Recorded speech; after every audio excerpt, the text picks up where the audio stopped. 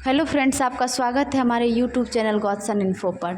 हम लोग बिहार दरोगा जो ज्ञान बिंदु जीएस एकेडमी के द्वारा 3rd एडिशन बुक लॉन्च हुआ है, उसी बुक का सीरीज कर रहे हैं जिसमें 25 सेट हैं। ठीक है, टोटल हम लोग अभी तक 5 सेट कर चुके हैं कवर अप। अगर आप नहीं देखे हैं 5 सेट तो प्ले लिस्ट में जाकर वो ज़रूर देख लें। ठीक है, इसमें प्रीवियस ईयर क्वेश्चनों का संग्रह है और ये आज का जो वीडियो है ये सेट नंबर 6 है। इसमें हम लोग सारे जीके और जीएस के पोर्शन को देखेंगे विथ एक्सप्लेनेशन। तो अगर आप बिहार दरोगा और बिहार एसएससी की तैयारी कर रहे हैं तो हमारे साथ जुड़े रहने के लिए हमारे चैनल को ज़रूर सब्सक्राइब कर ले और हाँ, वीडियो को लाइक करना ना भूलें और अपने दोस्तों के बीच भी शेयर करें। एंड तक वीडियो देखिए, आपके लिए बहुत ही इम्पॉर्टेंट होगा और लास्ट में कमेंट ज़रूर करें ये आपको सेशन कैसा लगा है। ठीक है, तो चलिए देखते हैं। आज सेट नंबर 6 है। ठीक है, और क्वेश्चन नंबर 1 देखते हैं। पहला क्वेश्चन है, ये देखिए, जो बिहार पुलिस मद्य निषेध उत्पाद दरोगा में पूछा गया था 28 जनवरी 2024 का पीटी का क्वेश्चन है। पहला क्वेश्चन है, मानव नेत्र गोलक का व्यास कितना होता है? तो राइट आंसर क्या हो जाएगा आपको? 2.3 सेंटीमीटर। क्या हो जाएगा? 2.3 सेंटीमीटर हो जाएगा व्यास। अगला क्वेश्चन है, 1861 में इटली का राजा किसे घोषित किया गया? तो विक्टर इमैनुअल सेकेंड को किया गया था। ठीक है, और पूछा जाए कि अगर यंग इटली की स्थापना जो है 1831 में जोसेफ मेज़िनी ने किया था। किसने किया था? जोसेफ मेज़िनी ने किया था। यदि समाज में क्रांति लानी हो तो क्रांति का नेतृत्व नवयुवकों के हाथ में दे दो। यह कथन भी जोसेफ मेज़िनी का है। इटली के एकीकरण का जनक जोसेफ मेज़िनी को माना जाता है। मेज़िनी द्वारा इटली वासियों को संघर्ष की चेतना से भर देने के कारण इसे इटली की आत्मा भी कहा जाता है। मेज़िनी एक विचारक होने के साथ साथ कवि भी था। उसने कविताओं के माध्यम से इटली वासियों में स्वतंत्रता और राष्ट्रीयता की नींव रखी थी। ठीक है, कौन रखे थे? जोसेफ मेज़िनी। ठीक है, इटली के एकीकरण के जनक भी जोसेफ मेज़िनी को हम मानते हैं। ठीक है, और गैरिबाल्डी जो थी लाल कुर्ती नामक सेना का संगठन किया था। अगला क्वेश्चन है, शिलालेख का अध्ययन क्या कहलाता है? तो शिलालेख के अध्ययन को हम पुरालेख कहेंगे। क्या कहेंगे? पुरालेख। इंग्लिश में अक्सर पूछता है, एपिग्राफी कहते हैं। ठीक है, शिलालेख चट्टानों, स्तंभों, पत्थरों, स्लैब, तांबे की प्लेटों, इमारतों की दीवारें और मंदिरों के भागों पर देखे जा सकते हैं। ठीक है, एग्रोस्टोलॉजी, घासों के अध्ययन को हम क्या कहते हैं? एग्रोस्टोलॉजी कहते हैं। ठीक है, और पुरातत्व भौतिक अवशेषों के माध्यम से जो भी होते हैं मानव का अतीत का अध्ययन कहलाता है। और भारतीय पुरातत्व ऐतिहासिक भूगोल इतिहास के लिए सर अलेक्जेंडर कनिंघम बहुत ही प्रसिद्ध हैं।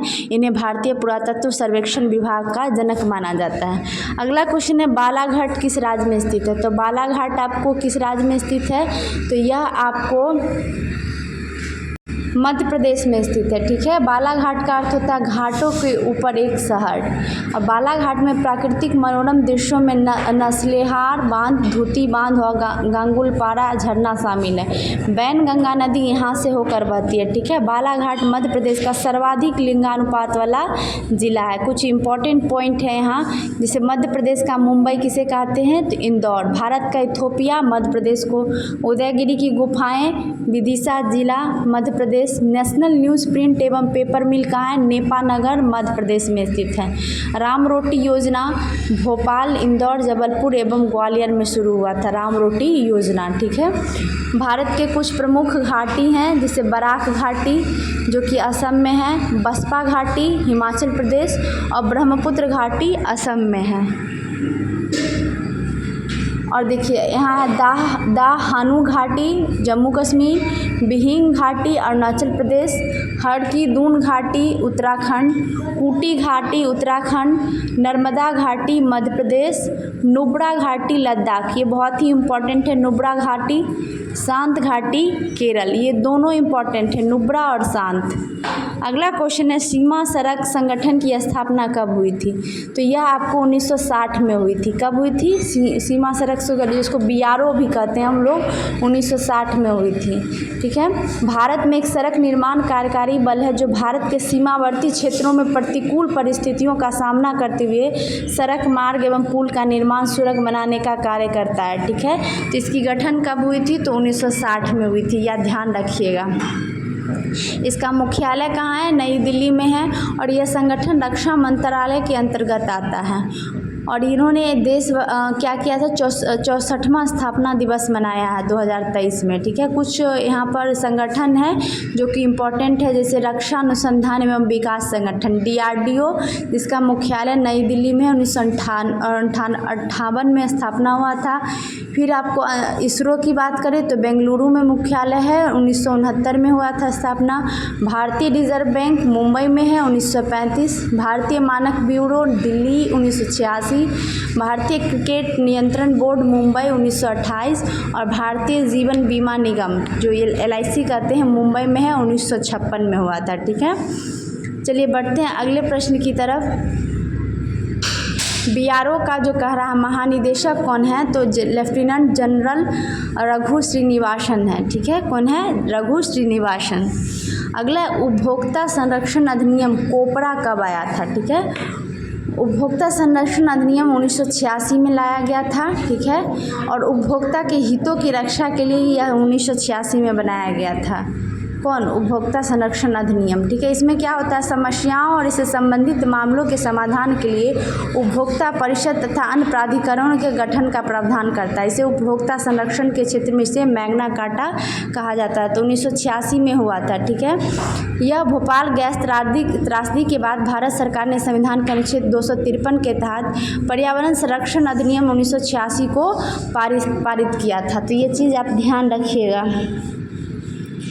चलिए बढ़ते हैं अगले प्रश्न की तरफ। सतलज नदी में मिला दुर्लभ टेंटलम क्या है। ये देखिए, दुर्लभ टेंटलम की बात कर रहा। दुर्लभ टेंटलम जो है आपको एक धातु है। ठीक है, क्या है, धातु है। इसकी खोज IIT रोपर के शोधकर्ताओं की एक टीम ने की थी। टेंटलम का परमाणु क्रमांक 73 है। यह भूरे, भारी और अत्यधिक संक्षारण प्रतिरोधी है। इसका गलनांक भी अत्यंत उच्च होता है। अब टेंटलम के उपयोग जानते हैं। टेंटलम से बने कैपेसिटर छोटे आकार में अधिक बिजली भंडारण के लिए महत्वपूर्ण है। ठीक है, खनन मंत्रालय के विशेषज्ञों की एक समिति ने भारत के लिए 30 महत्वपूर्ण खनिज के संग्रह को मान्यता दी है, जिसमें टेंटलम भी शामिल है। प्लेटिनम के विकल्प के रूप में इसका उपयोग किया जाता है। इसका उपयोग कृत्रिम जोड़े जैसे सर्जिकल उपकरण और प्रत्यारोपण बनाने के लिए किया जाता है। किसका, टेंटलम का प्रयोग। ठीक है, टेंटलम धातु भारत संयुक्त राज्य अमेरिका, UK और जर्मनी से आयात करता था भारत पहले, लेकिन अभी खोज किया गया सतलज नदी में। ठीक है, चलिए अगला क्वेश्चन देखते हैं। मानव विकास सूचकांक में क्या शामिल नहीं है। तो राइट आंसर यहाँ से हो जाए आपको B, लिंगानुपात। क्या हो जाएगा, लिंगानुपात, जो कि मानव विकास सूचकांक के 3 आयाम निर्धारित किए जाते हैं। जन्म के समय, जीवन प्रत्याशा, शिक्षा और प्रति व्यक्ति आय। ठीक है, लिंगानुपात की चर्चा नहीं है। अब करा इस सूचकांक का प्रतिपादन 1990 में यूनाइटेड नेशनल डेवलपमेंट प्रोग्राम से जुड़े अर्थशास्त्री महबूब उल हक और इंगे कॉल के द्वारा किया गया था। इसका मान 0 से 1 के बीच होता है। संयुक्त राष्ट्र द्वारा पहला मानव विकास सूचकांक 1990 में जारी किया गया था। प्रत्येक वर्ष UNDP के द्वारा जारी किया जाता है। अब मानव विकास रिपोर्ट जो है 2023 है। आप 24 का अपडेट देख के जाइएगा। स्विट्ज़रलैंड नंबर 1 पे है, नॉर्वे दूसरे पे, आइसलैंड तीसरे और भारत का जो स्कोर था 132 था।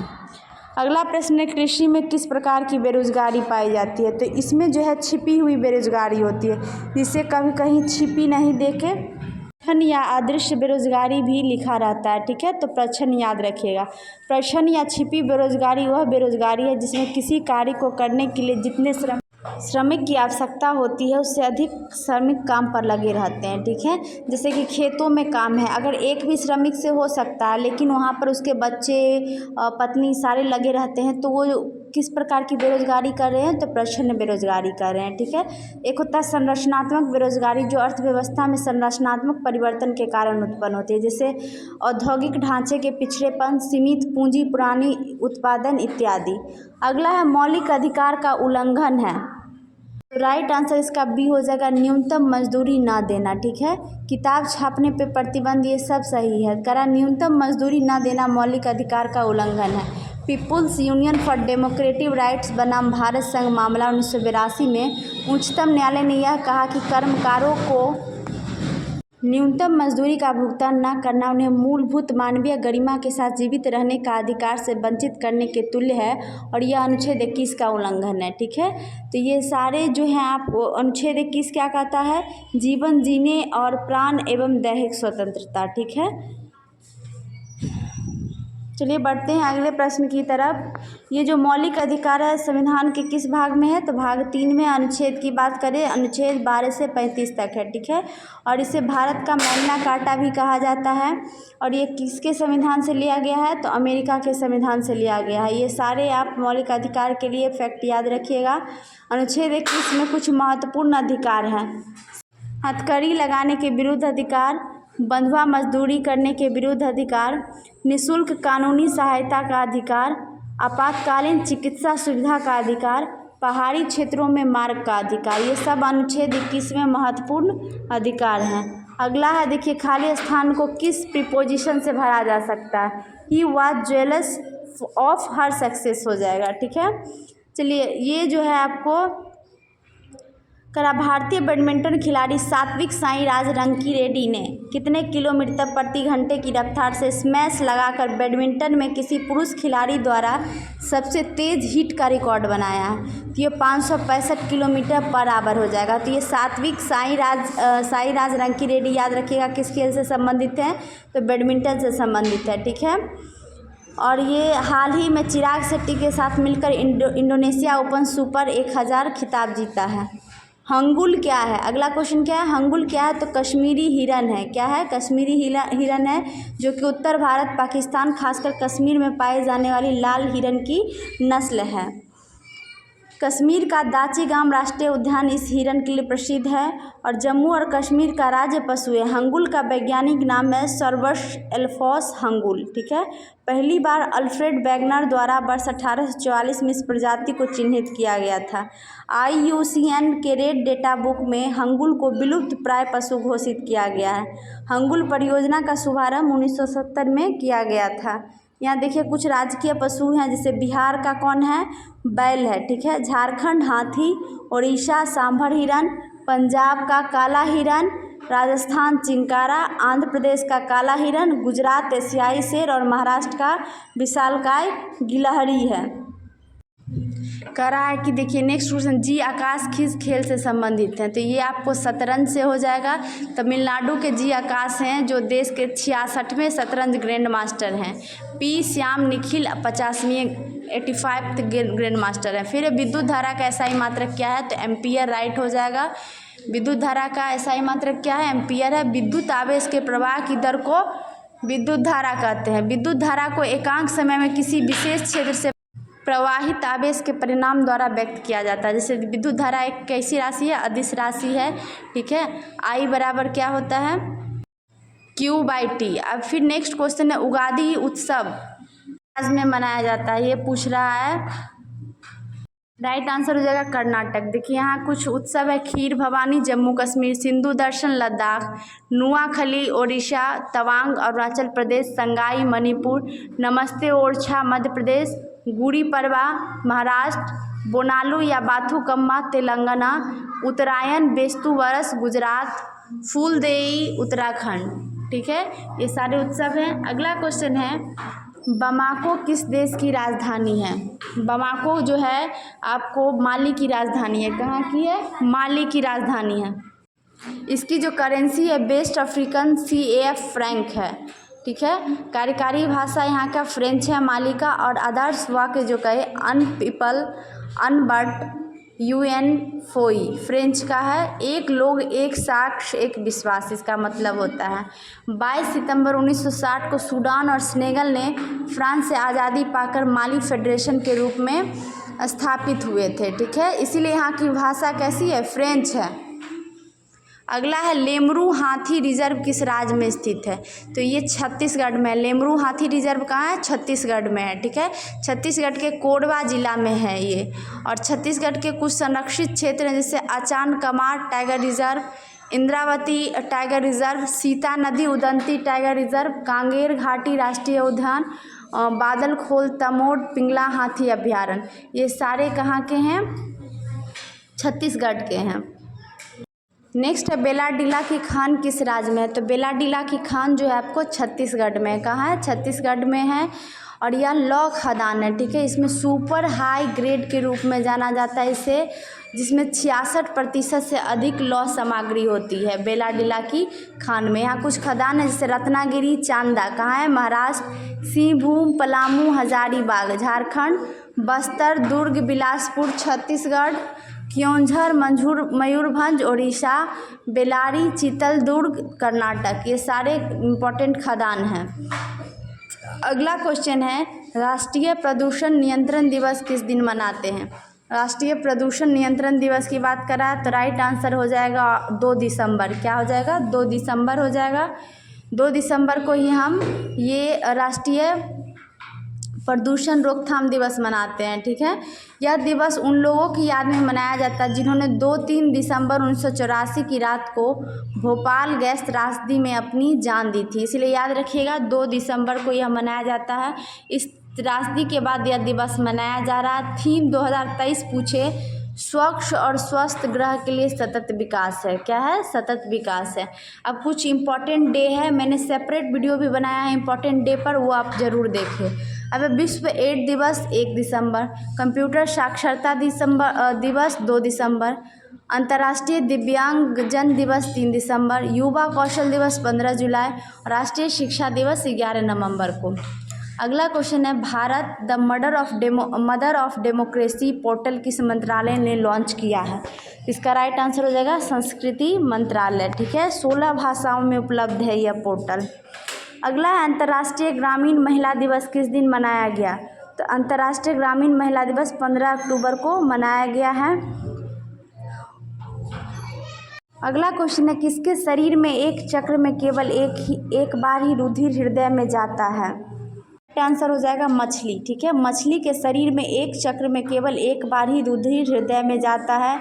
इसमें बंद क्लोज सर्कुलेटरी सिस्टम होता है, एकल परिसंचरण होता है जिसमें रक्त को एक सिकुड़ा हुआ हृदय द्वारा उदर महाधमनी के माध्यम से गलफरों तक पंप किया जाता है। अधिकांश मछलियों में हीमोग्लोबिन के साथ न्यूक्लिएटेड लाल रक्त का प्रवाह किया जाता है। मछलियों में प्लेटलेट्स के बजाय एरिथ्रोसाइट्स पाए जाते हैं।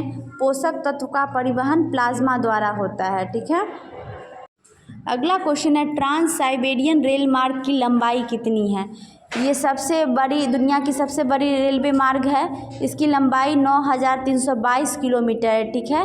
ट्रांस साइबेरियन का निर्माण कार्य वर्ष 1891 से 1916 तक हुआ। इसका अन्य नाम पार साइबेरियन रेल मार्ग भी है, ठीक है। यह रेल मार्ग पश्चिम सेंट पीटर्सबर्ग एवं व्लादिवोस्टॉक को जोड़ता है, ठीक है। सबसे लंबा रेल मार्ग है ट्रांस साइबेरियन रेल मार्ग। अगला है यदि पिता द्वारा बच्चे का X गुणसूत्र वंशानुगत प्राप्त हुआ है तो वह क्या होगा? तो वह क्या होगा? लड़की होगी। क्या होगा? लड़की होगी। ऑप्शन नंबर बी सही हो जाएगा। अगला है क्वेश्चन किस राज्य में 200 वर्षों से बांस ड्रिप सिंचाई होती आ रही है? तो यह मेघालय में होते आ रही है, ठीक है। मेघालय राज्य में 200 वर्ष से बांस ड्रिप सिंचाई होती आ रही है। बांस के पाइप का उपयोग करके धारा और स्प्रिंग के पानी की दोहन की एक प्रणाली है। इसके माध्यम से 18 से 20 लीटर पानी बांस के पाइप प्रणाली में प्रवेश करता है और सैकड़ों मीटर तक पहुंचाया जाता है। बात करें मेघालय राजधानी शिलांग है। लिंगानुपात 989 है। मुख्य भाषाएं गारो, खासी, जयंतिया और अंग्रेजी है। मेघालय शब्द का अर्थ होता है बादलों का घर। उत्तर तथा पूर्व में असम, दक्षिण में पश्चिम में बांग्लादेश से घिरा हुआ है, ठीक है। अगला क्वेश्चन है चर्च द्वारा कृषि के उपज का 10वां हिस्सा कर के रूप में वसूल किया जाता था। ऑप्शन नंबर बी हो जाएगा टिथ, ठीक है। उसको क्या कहते थे? टिथ कहते थे। टाइथ एक प्रकार का धार्मिक कर था। सीधे राज को अदा किया जाने वाले कर को हम टाइल कहा जाता था और यह एक प्रकार का प्रत्यक्ष कर था। ब्रे फ्रांस की मुद्रा का नाम है जो कि 1794 में समाप्त कर दिया गया था। अगला है फ्रांसीसी उपनिवेशों से अंतिम रूप से दास प्रथा का उन्मूलन किस वर्ष किया गया था? तो दास प्रथा का उन्मूलन जो है 1848 में कर दिया गया था, ठीक है। फ्रांसीसी उपनिवेशों में दास प्रथा का उन्मूलन जैकोबियन शासन के क्रांतिकारी सामाजिक सुधारकों में से एक था। उल्लेखनीय है कि दास व्यापार 17वीं शताब्दी में शुरू हुआ, ठीक है, और ख़त्म 1848 में कर दिया गया था। क्या चीज़? दास प्रथा का अंत हो गया था। भारत में दास प्रथा का अंत कौन सा गवर्नर जनरल किया था, कमेंट करें तो। चलिए बढ़ते हैं अगले प्रश्न की तरफ। वाइमर संविधान में जर्मनी के संसद को क्या कहा जाता है? तो राइट आंसर हो जाएगा राइखस्टाग। क्या कहते हैं? राइखस्टाग कहते हैं। करा 1919 में वाइमर में एक राष्ट्रीय सम्मेलन आयोजित किया गया जहां जर्मन राइख के लिए नया संविधान लिखा गया। उसी वर्ष 11 अगस्त को अपना लिया गया। अगला क्वेश्चन है, भारत के मुख्य चुनाव आयुक्त कौन हैं? तो राजीव कुमार मुख्य चुनाव आयुक्त हैं। ठीक है। संविधान के भाग 15 में अनुच्छेद 324 से 329 में निर्वाचन आयोग से संबंधित उपबंध दिया गया है और भारत निर्वाचन आयोग की स्थापना 25 जनवरी 1950 को हुई थी। यह एक अस्थायी संवैधानिक निकाय है। ठीक है। भारत निर्वाचन आयोग की स्थापना कब हुई थी? 25 जनवरी 1950 को। ठीक है। इसमें एक निर्वाचन आयुक्त होते हैं और 2 अन्य निर्वाचन आयुक्त होते हैं जिसकी नियुक्ति राष्ट्रपति के द्वारा की जाती है। अगला क्वेश्चन है, कृषि अर्थव्यवस्था को किस क्षेत्र के अंतर्गत आता है? तो ये प्राथमिक क्षेत्र इसका राइट आंसर हो जाएगा। ठीक है। 3 क्षेत्र हैं, प्राथमिक क्षेत्र, द्वितीयक क्षेत्र और तृतीयक क्षेत्र। प्राथमिक क्षेत्र में प्राकृतिक संसाधनों को उत्पाद के रूप में प्राप्त किया जाता है, जैसे कृषि हो गया, वानिकी हो गया, मत्स्य हो गया, खनन हो गया, उत्खनन हो गया। ठीक है। और द्वितीयक क्षेत्र में है कि इसमें प्राथमिक क्षेत्र के उत्पादों का प्रयोग से विनिर्मित वस्तुओं का उत्पादन किया जाता है, जिसे औद्योगिक क्षेत्र भी कहा जाता है, जैसे विनिर्माण, निर्माण, गैस, जल तथा विद्युत आपूर्ति, ये सब द्वितीयक क्षेत्र में आते हैं। बात करें अगर तृतीयक क्षेत्र की, तो यह क्षेत्र अर्थव्यवस्था के प्राथमिक एवं द्वितीयक क्षेत्र को अपनी सेवाएं प्रदान करता है। इसे सेवा क्षेत्र भी कहा जाता है, जैसे व्यापार एवं होटल तथा रेस्टोरेंट, परिवहन, संचार, चिकित्सा, बैंकिंग इत्यादि। अगला है चतुर्थक क्षेत्र। देखिए, तृतीयक क्षेत्र का उन्नत रूप है क्योंकि इसमें ज्ञान क्षेत्र से संबंधित सेवाएं शामिल की जाती है, जैसे सूचनाओं को संग्रहण करना, सूचनाओं को अध्ययन करना एवं विश्लेषण करना, प्रबंधकीय कौशल, तकनीकी कौशल, ये सब चतुर्थक क्षेत्र में आते हैं। नेक्स्ट है आपको देखिए पंचक क्षेत्र। ठीक है। तो अगला क्वेश्चन देखते हैं, कालेश्वरम लिफ्ट सिंचाई परियोजना किस नदी पर है? क्या पूछ रहा है? कालेश्वरम लिफ्ट सिंचाई परियोजना। तो राइट आंसर क्या हो जाएगा इसका? गोदावरी। क्या हो जाएगा? गोदावरी। चलिए बढ़ते हैं अगले प्रश्न की तरफ। गंगा की सहायक नदी कौन है? गंगा की सबसे लंबी सहायक नदी यमुना होती है। कौन होती है? यमुना। देखिए 2 होते हैं, गंगा के बाएं किनारे से मिलने वाली और दाएं किनारे से मिलने वाली। बाएं से रामगंगा, घाघरा, गोमती, गंडक, बूढ़ी गंडक, बागमती, कोसी, महानंदा बाएं से मिलती है। दाएं से मिलती है यमुना, सोन, टोंस, हुगली गंगा की प्रमुख वितरिकाएं हैं। क्वेश्चन है, खेतरी किस खनिज के लिए प्रसिद्ध है? तो ये तांबा के लिए है और कहाँ पर है? ये राजस्थान में है। ठीक है। तांबा उत्पादन का प्रमुख क्षेत्र है। ठीक है। तांबे का अनुमानित भंडारण में राजस्थान, झारखंड, मध्य प्रदेश का शीर्ष स्थान है। ठीक है। यद्यपि मध्य प्रदेश में तांबा का उत्पादन मात्रात्मक दृष्टि से सर्वाधिक होता है, लेकिन अगर राजस्थान जो है सबसे ज़्यादा तांबा का मूल्य की दृष्टि से बोला जाए तो राजस्थान प्रथम स्थान पर है। ठीक है। भारत में तांबा का उत्पादन केवल सार्वजनिक क्षेत्रों से होता रहा है। देश में तांबा का उत्पादन आवश्यकता से कम होता है, इसलिए संयुक्त राज्य अमेरिका, कनाडा आदि देशों से इसका आयात किया जाता है। ठीक है। देश के कुल स्वर्ण उत्पादन का लगभग 98% भाग केवल कर्नाटक की कोलार की खान करती है। अगला क्वेश्चन है, यूनान को किस संधि द्वारा एक राष्ट्र के रूप में मान्यता प्रदान की गई थी? तो कस्तूतुनिया की संधि 1832 में हुई थी, उसी के द्वारा यूनान को एक राष्ट्र घोषित कर दिया गया था। ठीक है। 15वीं सदी में यूनान ऑटोमन साम्राज्य का हिस्सा था।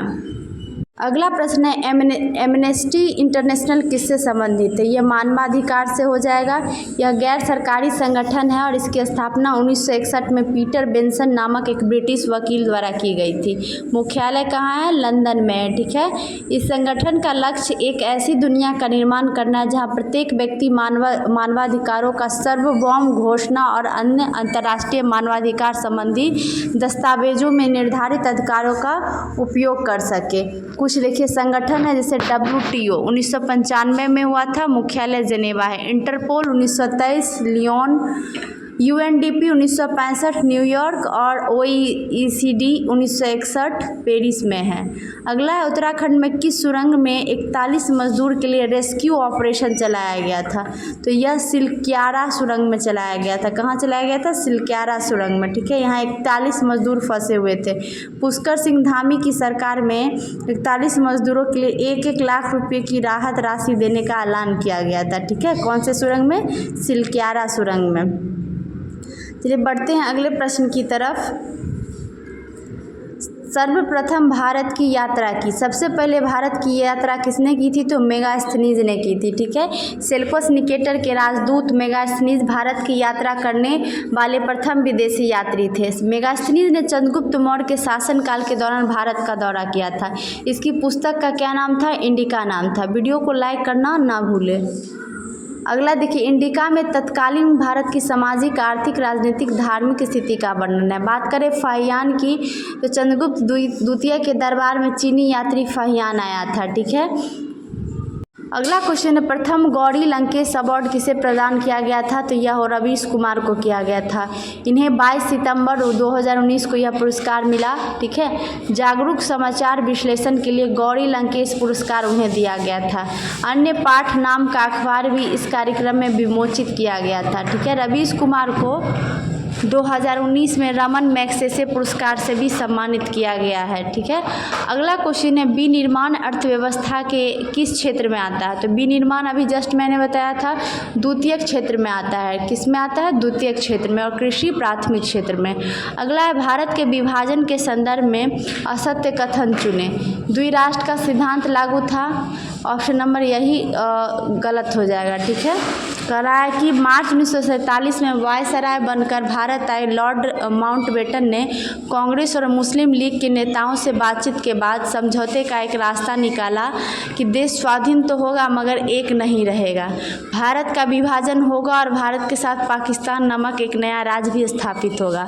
बड़े पैमाने पर खून खराबा और सांप्रदायिक दंगों को अंदेशा सामने था, इसलिए राष्ट्रवादी नेताओं ने मजबूर होकर भारत का विभाजन स्वीकार कर लिया। चलिए बढ़ते हैं अगले प्रश्न की तरफ। गिफिन वस्तुएं के बारे में सही कथन चुनें। गिफिन वस्तुएं दाम बढ़ने पर मांग बढ़ जाती है, उसको हम गिफिन वस्तुएं कहते हैं। ठीक है, वस्तुओं की कीमत बढ़ने पर उसकी मांग बढ़ जाती है तथा कीमत कम होने पर उसकी मांग घट जाती है। इसलिए जब भी गिफिन वस्तुओं की कीमत बढ़ती है, उपभोक्ता दूसरे वस्तुओं का उपयोग कम करके गिफिन वस्तुओं की मांग बढ़ा देते हैं। चलिए अगला प्रश्न देखते हैं। प्रथम महिला एड डी कैंप चुनी गई। एड डी कैंप किसे चुनी गई? तो मनीषा पाढ़ी को। किसे चुनी गई? मनीषा पाढ़ी। ऑप्शन डी राइट हो जाएगा। पहली लड़ाकू विमान पायलट कौन था? भावना कंठ। सुखोई लड़ाकू विमान उड़ाने वाली भारत की पहली महिला अवनी चतुर्वेदी थी। ठीक है, अगला क्वेश्चन है, चुनाव आयोग का कार्य कौन नहीं है? इसका राइट आंसर हो जाएगा मतदान केंद्र की स्थापना करना। ये चुनाव आयोग का कार्य नहीं है। ठीक है, मतदाता सूची तैयार करना, चुनाव चिन्ह प्रदान करना, आचार संहिता की घोषणा करना, ये सारे काम चुनाव आयोग के हैं। अगला है, PSLV C58 किसे लॉन्च किया गया है? तो इसे XPO सेट को लॉन्च किया गया है। ठीक है, इसका फुल फॉर्म होता है एक्सरे पोलरीमीटर सैटेलाइट। PSLV 57 की बात करें तो इसका उपयोग भारतीय अंतरिक्ष इसरो जो है पहले सौर मिशन आदित्य L1 के प्रक्षेपण के लिए किया था। इसरो के वर्तमान अध्यक्ष कौन है? S सोमनाथन है। अगला है, देश में मौजूदा कानून में बदलाव कौन करता है? आंसर हो जाएगा संसद। Next, long walk to freedom किसकी आत्मकथा है? तो नेल्सन मंडेला की है। किसकी है? नेल्सन मंडेला की आत्मकथा है। यह 1995 में लिटिल ब्राउन एंड कंपनी के द्वारा प्रकाशित किया गया था। नेल्सन मंडेला कौन थे? दक्षिण अफ्रीका के राष्ट्रपिता के रूप में और रंगभेदी विरोधी आंदोलन के लिए जाना जाता है। किसे? नेल्सन मंडेला को। और इन्हें भारत में 1990 में भारत रत्न से सम्मानित किया गया है। पाकिस्तान में 92 में निशाने पाकिस्तान से भी सम्मानित किया गया। 1993 में इन्हें नोबेल शांति पुरस्कार से सम्मानित किया गया। इनकी कुछ पुस्तकें हैं, conversation with my self, the struggle is my life, noisy walk to freedom, in his own words आदि। अगला क्वेश्चन है, कौन सी नदी पश्चिम की ओर नहीं बहती है? पश्चिम की बात कर रहा है तो गोदावरी नहीं बहती है। नर्मदा, ताप्ती, माही तीनों जो है आपको पश्चिम की ओर बह के अरब सागर में गिरती है। गोदावरी नदी जो है प्रायद्वीपीय भारत की सबसे लंबी नदी है, जो पूर्व दिशा में प्रवाहित होते हुए बंगाल की खाड़ी में गिरती है। ठीक है, पश्चिमी घाट की पहाड़ियों में स्थित त्र्यंबकेश्वरम नामक स्थान से निकलती है। दक्षिण भारत की सबसे लंबी होने के कारण इसे दक्षिण की गंगा भी कहते हैं। इसकी कुल लंबाई कितनी है? 1465 किलोमीटर है। तो ये यहाँ देखिए मिलान करना है, किसी धर्म को राजकीय संरक्षण नहीं प्रदान करना, क्या कहलाएगा? धर्मनिरपेक्ष व्यक्ति जो अपनी ही जाति के सदस्यों के हितों की सर्वोपरि समझता है। जातिवादी, सामाजिक और राजनीतिक क्षेत्र में ज़्यादातर हिस्सा महिलाओं के अधिकार और हितों को बढ़ावा देने पर केंद्रित। नारीवादी, फेमिनिज्म इसी को कहते हैं। एक समुदाय या धर्म के लोगों द्वारा दूसरे समुदाय या धर्म के विरुद्ध भेदभाव की अभिव्यक्ति, सांप्रदायिक। ठीक है, तो ये 1 2 3 4 यही हो जाएगा राइट आंसर इसका। अगला स्वर्ण रेखा किसे कहा जाता है? तो ये जूट को हम स्वर्ण रेखा कहते हैं। किसे कहते हैं स्वर्ण रेखा? तो स्वर्ण रेखा हम लोग जूट को कहेंगे। ठीक है, जूट का उपयोग बोरी, चटाई, रस्सी, सूत, कालीन आदि बनाने में किया जाता है। इसका प्रमुख उत्पादक राज्य असम, मेघालय, पश्चिम बंगाल, ओडिशा है। अगला प्रश्न देखते हैं हम लोग, क्वेश्चन नंबर 51। मानवाधिकार को समर्पित पहला टीवी चैनल किस शहर में लॉन्च हुआ है? राइट आंसर हो जाएगा लंदन। कहाँ हो जाएगा? लंदन हो जाएगा। मानवाधिकार के लिए दुनिया का सबसे समर्पित पहला टेलीविज़न है, जो कि 16 जनवरी 2019 को लंदन में लॉन्च किया गया है। इस चैनल को international observatory of human rights द्वारा लॉन्च किया गया है। यह वेब आधारित चैनल 20 से अधिक देशों के मानवाधिकार मुद्दों को प्रसारित करेगा। अगला क्वेश्चन है, 1878 में इंपीरियल फॉरेस्ट रिसर्च स्कूल की स्थापना कहाँ की गई? तो इंपीरियल फॉरेस्ट रिसर्च स्कूल की बात करें तो इसकी जो है देहरादून में स्थापना किया गया है। ठीक है, 1906 में ब्रिटिश सरकार ने वानिकी अनुसंधान को बढ़ावा देने के लिए इसका नाम बदलकर फॉरेस्ट रिसर्च इंस्टीट्यूट कर दिया है। अगला क्वेश्चन है, कल हम लोग सिनेमा देखने जा रहे हैं, कौन सा कारक है? तो राइट आंसर हो जाएगा अधिकरण। कौन सा होगा? अधिकरण होगा। अगला है, ब्रिटेन की औद्योगिक क्रांति के 1840 के दशक तक निर्यात की प्रमुख वस्तु कौन थी? तो राइट आंसर हो जाएगा कपास। क्या हो जाएगा? कपास। अगला क्वेश्चन है, धेनु सुरभि पयस्विनी किसका पर्यायवाची है? तो यह आपको हो जाएगा राइट आंसर हो जाएगा गाय। ठीक है, चलिए बढ़ते हैं अगले प्रश्न की तरफ। सर्वाधिक प्रत्यास्त्र कौन सी वस्तु है? प्रत्यास्त्र की बात करें तो यह स्टील हो जाएगा राइट आंसर। ठीक है, पर सबसे ज़्यादा प्रत्यास्था का गुण किस में होता है? स्टील में होता है। ठीक है, चलिए बढ़ते हैं अगले प्रश्न की तरफ। काला पानी विवाद किस देश के बीच विवादित है? काला पानी विवाद कर रहा है तो यह हो जाएगा आपको भारत और नेपाल के बीच में। किसके बीच में हो जाएगा? भारत और नेपाल के बीच में। नेक्स्ट है, प्रांकुर एवं मूलांकुर किस में पाया जाता है? तो ये बीज से संबंधित है। ये जो टर्म है आपको किससे संबंधित है? बीज से संबंधित है। अगला, प्राथमिक घाटा प्राप्त होता है तो राजकोषीय घाटा माइनस ब्याज अदायगी, इससे हम प्राथमिक घाटा निकालते हैं। ठीक है, अगर चैनल पर नए हैं तो चैनल को ज़रूर सब्सक्राइब कर ले और वीडियो को लाइक करें, अपने दोस्तों के बीच शेयर करें। अगला क्वेश्चन है, वेस्टर्न लेन पुस्तक जिसे बुकर पुरस्कार के लिए नामित किया गया था, उसके लेखक कौन है? तो पुस्तक पूछ रहा है वेस्टर्न लेन। ठीक है, वेस्टर्न लेन के लेखक कौन है? तो ये चेतना मारू हो जाएगा। क्या हो जाएगा? चेतना मारू जो है वेस्टर्न लेन के बुकर पुरस्कार। अगला है, पानी में गिरा हुआ सिक्का ऊपर उठा हुआ प्रतीत होता है, क्यों? प्रकाश के अपवर्तन के कारण। किसके कारण होता है? प्रकाश के अपवर्तन के कारण। ठीक है, जब क्या होता है कि किरण सघन माध्यम से विरल माध्यम में जाती है तो अपवर्तित किरणें जो होती है अभिलंब से दूर झुक जाती है और उस बिंदु तक जहाँ से अपवर्तित किरणें आती हुई प्रतीत होती है, किरणें सिक्के के ऊपर एक बिंदु से आती प्रतीत होती है, इसलिए सिक्का ऊपर उठा हुआ प्रतीत होता है। अगला है, ऊर्ध्वपातन की प्रक्रिया में पदार्थ किस अवस्था में परिवर्तित होता है? तो ठोस से सीधे गैस में परिवर्तित हो जाता है। ठीक है, किससे? ठोस से गैस में। भौतिक रासायनिक प्रक्रिया है जिसमें कोई पदार्थ अपनी ठोस अवस्था से सीधे गैस में परिवर्तित होता है, जैसे कपूर का ठोस से सीधे वाष्प के रूप में उड़ जाना, नेफ्थलीन की गोलियां, अमोनियम क्लोराइड इत्यादि। अगला है, भारत में गरीबी का निर्धारण किस विधि द्वारा किया जाता है? तो राइट आंसर हो जाएगा आपको व्यय विधि। ठीक है, वो कितना खर्च कर रहा है, इससे गरीबी का निर्धारण किया जाता है। सी रंगराजन की अध्यक्षता में 2012 में एक समिति का गठन किया गया जो अपना रिपोर्ट 2014 में प्रस्तुत किया था। ठीक है, उसमें क्या बताया गया था कि ग्रामीण क्षेत्रों के लिए 972 रुपया और शहरी क्षेत्र के लिए 1407 रुपया। अगला है, 16वां वित्त आयोग के अध्यक्ष कौन है? तो राइट आंसर हो जाएगा अरविंद पनगडिया। ठीक है, सरकार ने 5 वर्ष की अवधि के लिए नीति आयोग के पूर्व उपाध्यक्ष अरविंद पनगडिया को 16वें वित्त आयोग का अध्यक्ष नियुक्त किया है। अगला है, नमस्ते पोर्टल किस मंत्रालय द्वारा लॉन्च किया गया? तो नमस्ते पोर्टल जो है आयुष मंत्रालय के द्वारा लॉन्च किया गया 9 नवंबर 2014 को, और आयुष मंत्रालय ने राष्ट्रीय आयुर्वेद रुग्णता कोड विकसित किया है। अगला क्वेश्चन है, अमाशय में भोजन का पाचन किसके द्वारा होता है? तो अमाशय में भोजन का पाचन हाइड्रोक्लोरिक एसिड द्वारा होता है, HCl के द्वारा। अमाशय वक्ष गुहा के बाईं तरफ फैली हुई रचना है जो 3 भागों में बटी रहती है। अगला प्रश्न देखते हैं, ब्रिक्स इनोवेशन फॉर्म में वर्ल्ड इनोवेशन अवार्ड से किसे सम्मानित किया गया है? तो ये पूछ रहा है, तो राइट आंसर हो जाएगा शांता थोरम। किसे किया गया है? शांता थोरम को किया गया है। चलिए अगला प्रश्न देखते हैं, किचन ऑफ ग्रेटिट्यूड्स 2016 फिल्म के डायरेक्टर कौन थे? फिल्म का नाम है किचन ऑफ ग्रेटिट्यूड्स। तो राइट आंसर हो जाएगा विकास खन्ना। कौन हो जाएगा? विकास खन्ना हो जाएगा। ऑप्शन नंबर बी राइट हो जाएगा। संजीव कपूर एक भारतीय सेलिब्रिटी शेफ हैं। राजकुमार एक भारतीय फिल्म अभिनेता थे और रेखा शर्मा राष्ट्रीय महिला आयोग की अध्यक्ष हैं। अगला है, किसी वर्ष में प्रत्येक क्षेत्र के अंतिम वस्तु और सेवा का उत्पादन क्या कहलाता है?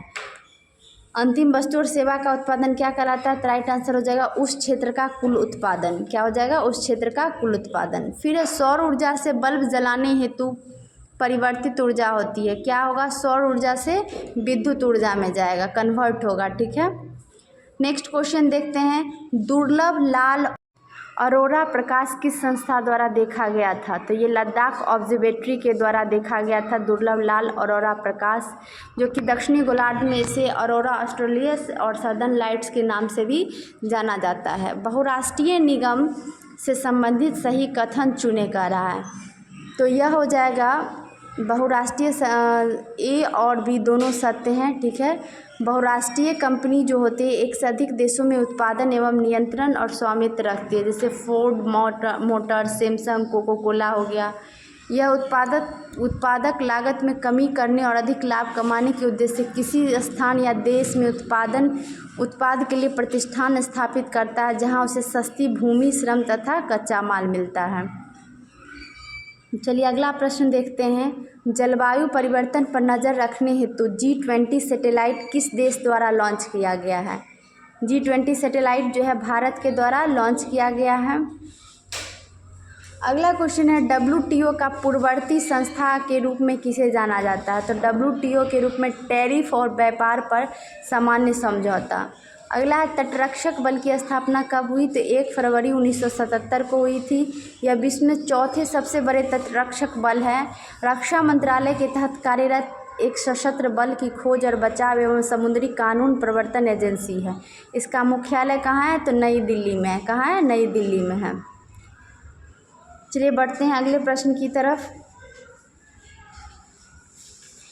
वर्ष 1971 में क्या घटित हुआ था? तो वर्ष 1971 में भारत सोवियत संघ फ्रेंडशिप समझौता हुआ था। ठीक है, 1971 में 20 वर्षीय शांति और मित्रता की संधि पर हस्ताक्षर किया गया था। बात करें शिमला समझौता, जो कि 2 जुलाई 1972 को भारत और पाकिस्तान के बीच हुआ था। ठीक है, बढ़ते हैं अगले प्रश्न की तरफ।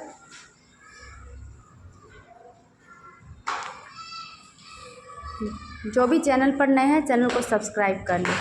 संक्रमण धातु कौन है? संक्रमण धातु पूछ रहा है तो पैलेडियम हो जाएगा। ठीक है, पैलेडियम का परमाणु क्रमांक कितना है? 46 है और ये ब्लॉक डी का तत्व है। ठीक है, डी ऑर्बिटल में ही होते हैं, अंतिम इलेक्ट्रॉन होते हैं, जिसके कारण ये ब्लॉक डी के मेंबर जाने जाते हैं। चलिए बढ़ते हैं अगले प्रश्न की तरफ। राष्ट्रीय एकता दिवस किस महापुरुष की जयंती पर मनाया जाता है? तो ये सरदार पटेल के बर्थडे पे मनाते हैं हम लोग 31 अक्टूबर को राष्ट्रीय एकता दिवस। इसकी शुरुआत जो है 2014 में भारत सरकार के द्वारा किया गया था और वल्लभ भाई पटेल का जन्म 31 अक्टूबर 1875 को हुआ था। ठीक है।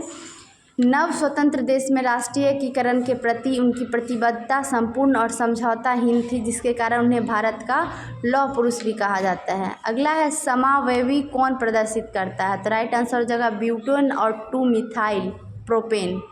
अगला है आवर्त सारणी में तत्वों का कौन सा गुण प्रदर्शित नहीं है? तो घनत्व को प्रदर्शित नहीं किया जाता है आवर्त सारणी में। ठीक है। करा किस संस्था द्वारा सूचकांक प्रदाताओं के लिए नियामक ढांचे को मंजूरी दी गई है? राइट आंसर हो जाएगा सेबी। किसके द्वारा? सेबी के द्वारा। सेबी का गठन 12 अप्रैल 1988 को किया गया था। इसका मुख्यालय कहाँ है? मुंबई में है। चलिए अगला क्वेश्चन देखते हैं। करा कंप्यूटर क्या प्रोसेस नहीं कर सकता है? क्या कहता है? कंप्यूटर क्या नहीं प्रोसेस करता? आप अगर बिहार दरोगा और बिहार एसएससी की तैयारी करना चाहते हैं तो हमारे चैनल से बने रहने के लिए चैनल को ज़रूर सब्सक्राइब कर ले। और रात में डेली 10 बजे के बाद लाइव सेशन आ रहा है बिहार एसएससी के एकदम चुनिंदा प्रश्नों के साथ, तो लाइव सेशन से ज़रूर जुड़े। क्या है कंप्यूटर का क्या प्रोसेस नहीं कर सकता है? तो कंप्यूटर जो है आपको बायस मैनेजमेंट को प्रोसेस नहीं कर सकता है। ऑप्शन नंबर सी राइट हो जाएगा, बायस मैनेजमेंट। ठीक है। फाइल मैनेजमेंट होता है, मेमोरी मैनेजमेंट होता है, एक होता है बायस मैनेजमेंट। तो उसको हम कंप्यूटर क्या करता है? प्रोसेस नहीं कर सकता है। ठीक है। कमेंट ज़रूर करें आपको ये सेशन कैसा लगा है, आपके लिए कितना इम्पोर्टेंट है और आप अगले किस टॉपिक पे वीडियो चाहते हैं। चलिए अगला क्वेश्चन है जैव निम्नीकरणीय पदार्थ कौन नहीं है? जैव निम्नीकरणीय पदार्थ की बात करें तो कागज़ का थैला एवं प्लास्टिक का बैग, ये सब जैव निम्नीकरण पदार्थ नहीं है। ठीक है। चलिए आज के लिए इतना ही। अब फिर हम लोग कल जो है सेट नंबर 7 देखेंगे। जो भी प्रीवियस 6 सेट हो चुका है नहीं देखे हैं तो प्ले लिस्ट में जाके ज़रूर देख लें। Thank you so much.